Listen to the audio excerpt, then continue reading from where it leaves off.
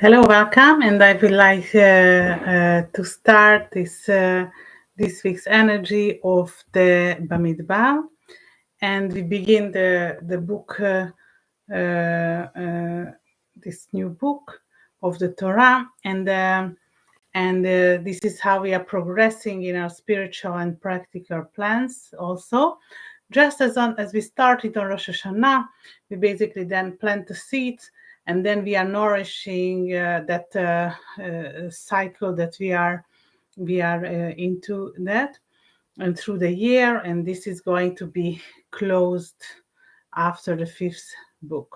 Okay, so here we start this powerful fourth book of Bamidbar. And וידבר השם אל משה במדבר סיני באוהל מועד באחד לחודשי השנה בשנה השנית לצאת מארץ מצרים. And God spoke into Moses into the wilderness of Sinai and the tent of meeting at the first day of the second month in the second year after they were come out of the land of Egypt, saying that. So there is a special relationship that we see between the Jewish people and the Creator. Only later did it become important to basically to accurately count how many Jewish souls there were at that point. And the book of Bamidbar takes place in the second year following the Exodus from Egypt. But basically, it would be better that, and also more practical, that to find out how many Jewish souls left Egypt. So they have to be counted 2 years before. So, but life is not only about practicalism, but there are also these spiritual things that going on. So the construction of the dwelling place of the Creator is the Mishkan. And that was important and very significant moment that it occurred, the building of it in the month of Nisan. And also it is an important rule that we should strive and for request from the Creator that everything always happens in the correct order and manner. Okay, basically this is what we have to accept ourselves. From the slavery that the Jews left Egypt, Moses not only rescued the Jewish souls, but also this Erev Rav, the mixed multitude. This was on his own commitment that he made, and the Creator warned him about this complication, but at the time he didn't care to confront, and he also rescued these kind of people, the Erev Rav, the mixed multitude. So Moses only made the decision to separate this group from the Jewish people at a later moment. So the scheming of Erev Rav led to the making of the golden calf, this idol, and it would have been much better if Moses had initially prevented these negative effects that the Erev Rav caused. However, for some reasons, he didn't want to do this.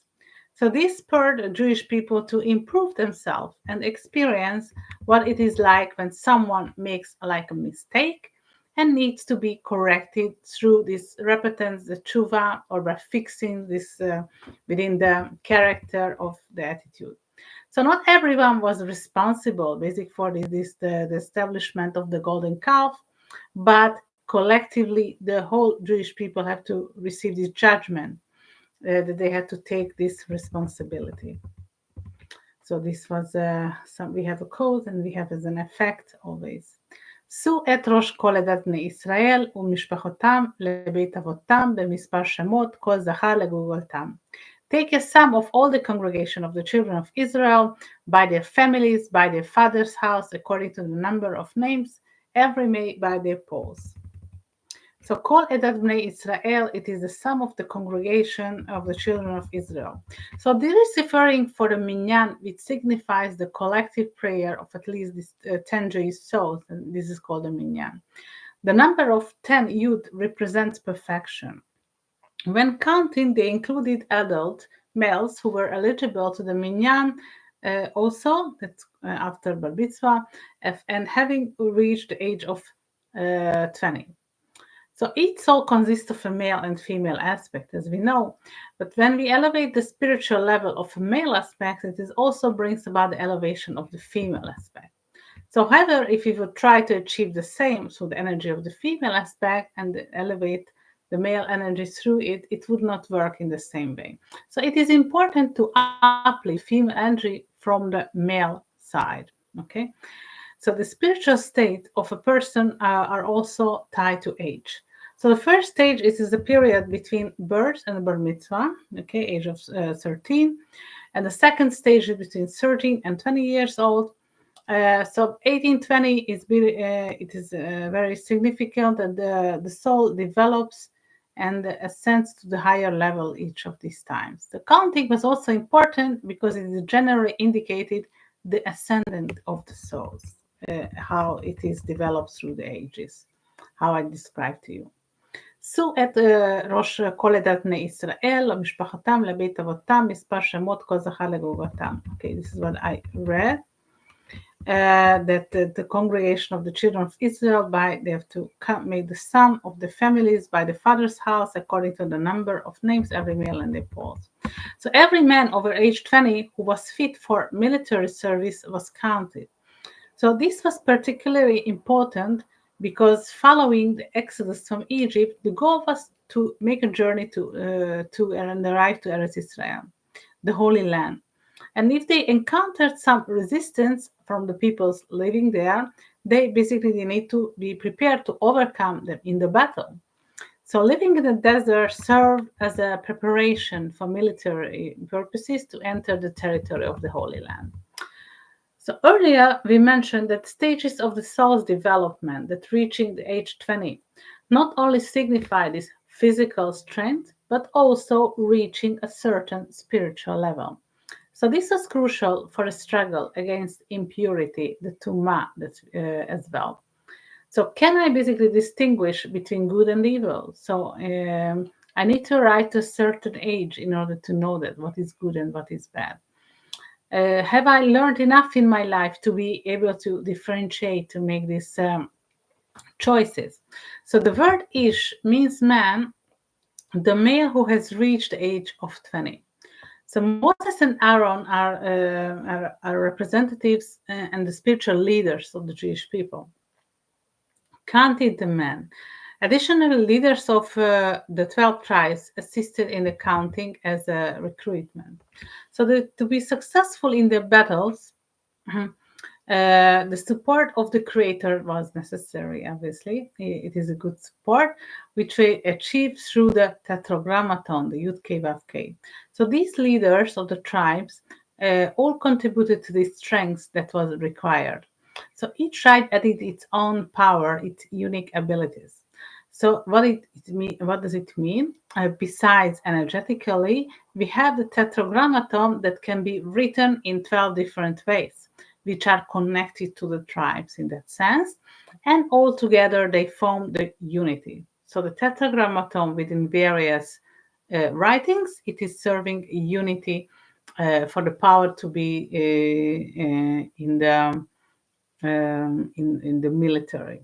So in total, as we know, these 14 individuals were responsible for counting the military service age men among the Jewish people. So we had the 12 tribes and Moses and Aaron, so 14. ויאמר כי יד על כסי המלחמה להשם בעמלק מדור ודור. And he said, the hand upon the throne of God will have war with Amalek from generation to generation. So the number 14 in Hebrew is represented here by the word yad, which meaning hand, and yud it's 10, dalet 4, altogether 14.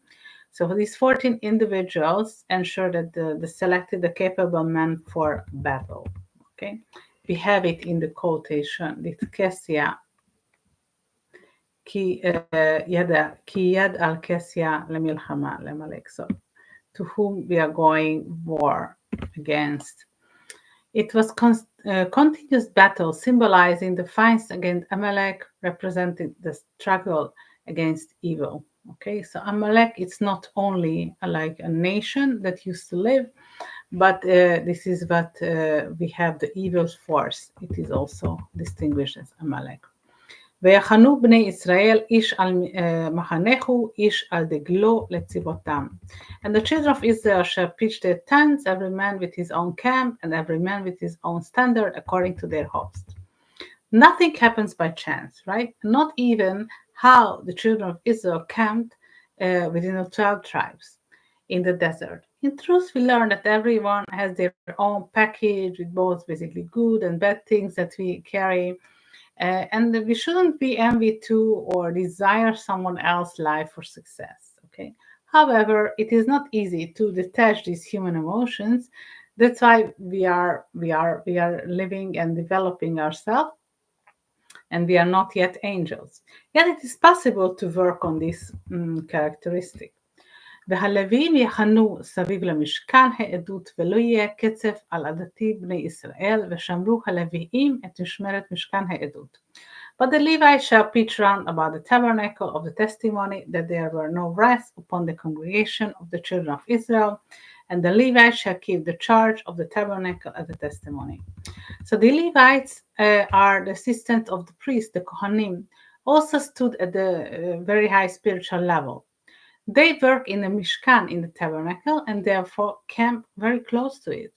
So their proximity helped to disperse anger and nervousness among the Jewish people. So this trait is undesirable because it attracts very judgment and in the spiritual world. There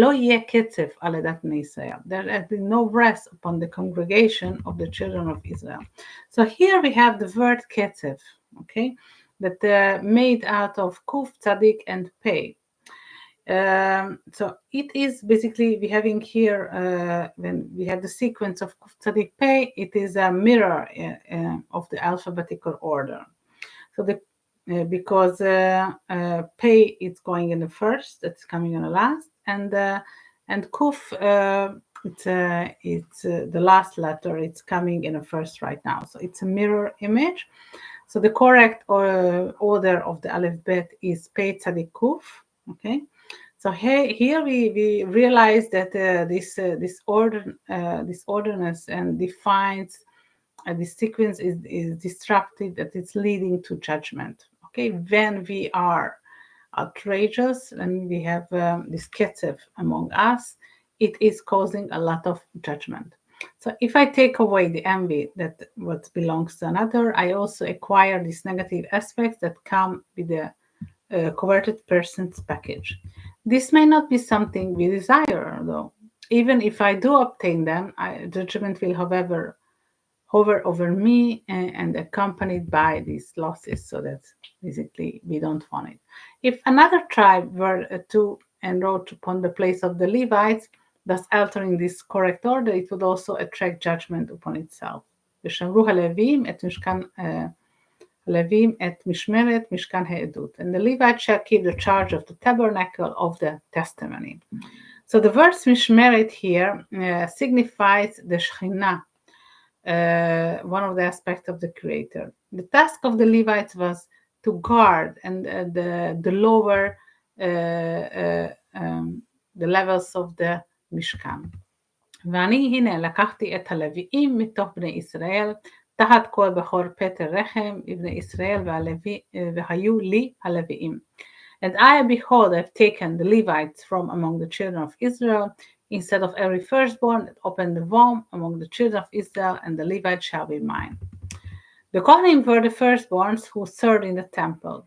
So after the sin of the golden calf, the Levites replaced the firstborn of Kohanim in the duties. So why was it so important to emphasize that the Levites took over their role? So Judaism is divided into, Jewish people are divided into three parts, like the Kohanim, the priests, the Levites, the helpers, and the Israelites. So among these, the Kohanim are the inner circle, the Levites is in the middle, and the Israelites in the outer level. So the divine place the Levites and the Kohanim, who belong to the inner circle, in the place of the firstborn. This ensured the continuity of sacred services and the order of the Mishkan. Okay, so this was for today, and see you next week. Thank you. Bye-bye.